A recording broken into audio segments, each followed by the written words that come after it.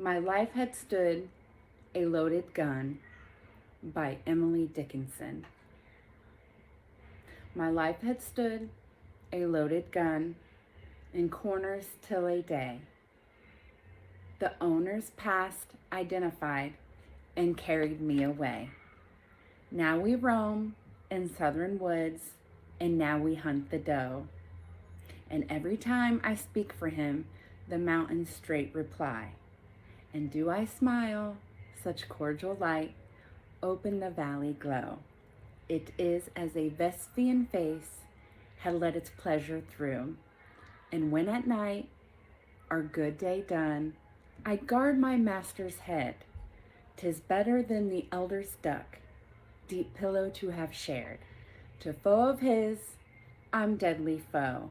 None stir the second time, on whom I lay a yellow eye, or an empathetic thumb.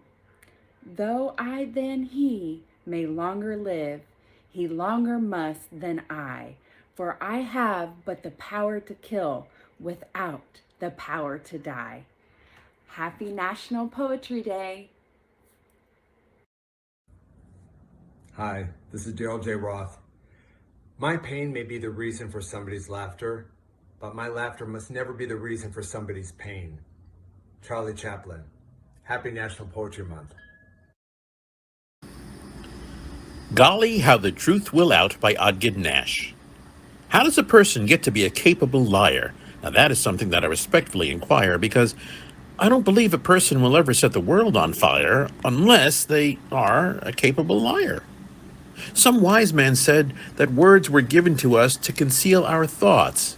But if a person has nothing but truthful words, why, other thoughts haven't even the protection of a pair of panties or shorts. And a naked thought is ineffectual as well as improper, and hasn't a chance in the presence of a glib chinchilla-clad whopper. One of the greatest abilities a person can have, I guess, is the ability to say yes when they mean no, and no when they mean yes. Oh, to be Machiavellian. Oh, to be unscrupulous. Oh, to be glib. Oh, to be ever prepared with a plausible fib. Because then, a dinner engagement or a contract or a treaty is no longer a fetter.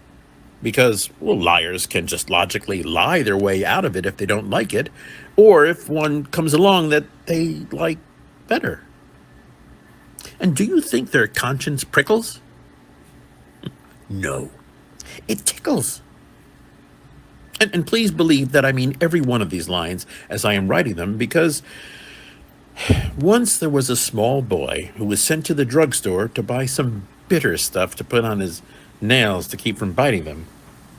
And in his humiliation, he tried to lie to the clerk, and it didn't work. Because he said, "My mother sent me to buy some bitter stuff for a friend of mine's nails that bites them." And the clerk smiled wisely and said, "I wonder who that friend could be." And the small boy broke down and said, "Me?" And it was me, or at least I was him, and all my subsequent attempts at subterfuge have been equally grim.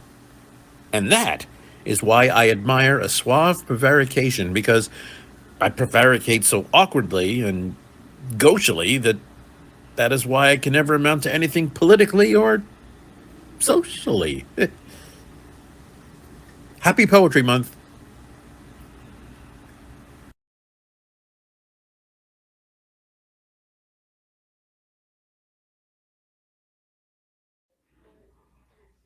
Out of the night that covers me, black as a pit from pole to pole, I thank whatever gods may be for my unconquerable soul. In the felt clutch of circumstance, I have not winced nor cried aloud. Under the bludgeonings of chance, my head is bloodied but unbound. Beyond this place of wrath and tears looms but the horror of the shade. And yet the menace of the years finds and shall find me unafraid. It matters not how straight the gate, how charged with punishment the scroll. I am the master of my fate. I am the captain of my soul. This poem is called The Guest House by 13th century Persian poet and Islamic scholar Rumi. This being human is a guest house, every morning a new arrival. A joy, depression, a meanness, some momentary awareness comes as an unexpected visitor. Welcome and entertain them all, even if they are a crowd of sorrows who violently sweep your house empty of its furniture. Still, treat each guest honorably. He may be clearing you out for some new delight. The dark thought, the shame, the malice. Meet them at the door laughing and invite them in. Be grateful for whatever comes, for each has been sent as a guide from beyond. Happy National Poetry Month. Hi, I'm Evan Gibson, and I'm reciting a poem called Don't Quit. The author is anonymous, but the message is very clear. When things go wrong, as sometime they will, when the road you're trudging seems all uphill, when the funds are low and the debts are high, and you want to smile, but you have to sigh. When care is pressing you down a bit, rest if you must, but don't you quit. Life is strange with twists and turns, as every one of us sometimes learns, and many a failure comes about, when he might have won had he stuck it out. Don't give up, though the pace seems slow. You may succeed with another blow. Success is failure turned inside out, the silver tint of the clouds of doubt, and you never can tell just how close you are. It may be near when it seems so far. So stick to the fight when your heart is hit. It's when things seem worse that you must not quit. For all the sad words of tongue or pen, the saddest are those it might have been.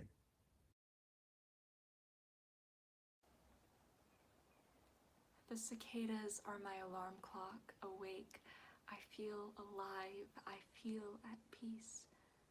The sun hot, the air humid, this is my happy place.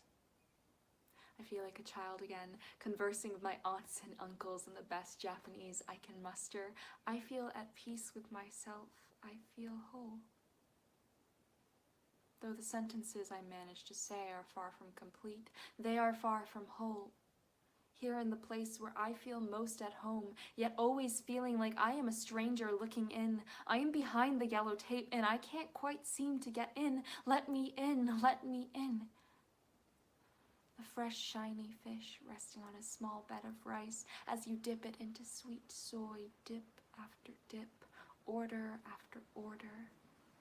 The sweet smell of incense wafting through the air, the offerings to the ancestors, their ancestors, my ancestors. The things that used to make me feel most at home suddenly leave me lost. I am not blind, but my vision is blurred in and out of focus. I look at these familiarities and think, how can I not become a stranger when I already am one?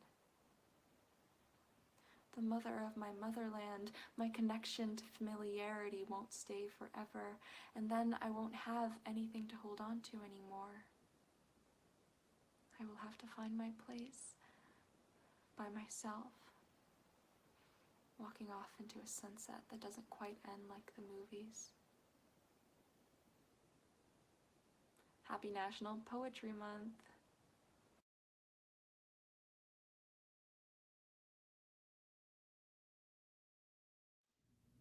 It was the year of peeling oranges, double knotting shoelaces, and learning how to breathe. It was the months of unending silence, perpetual sunrises, pumpkin on our tongues, and tension in our teeth. It was the weeks of counting calendars, crossing fingers, breathing songs. It was the weeks of holding myself, trying to hold on. It It was the days of long reflections and the nights of lonely air. It was the way I would roll over and never find you there.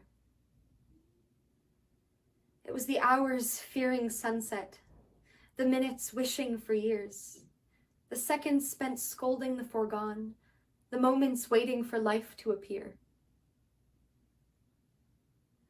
It was. And it just was. And then it was some more. And after all that it had been, I found it just as before. A couple of things too somber, a couple budding with joy, some casualties to account for, some daydreams to adore. And in all the speculation of wondering why it was, it continued just to be. Simply just because.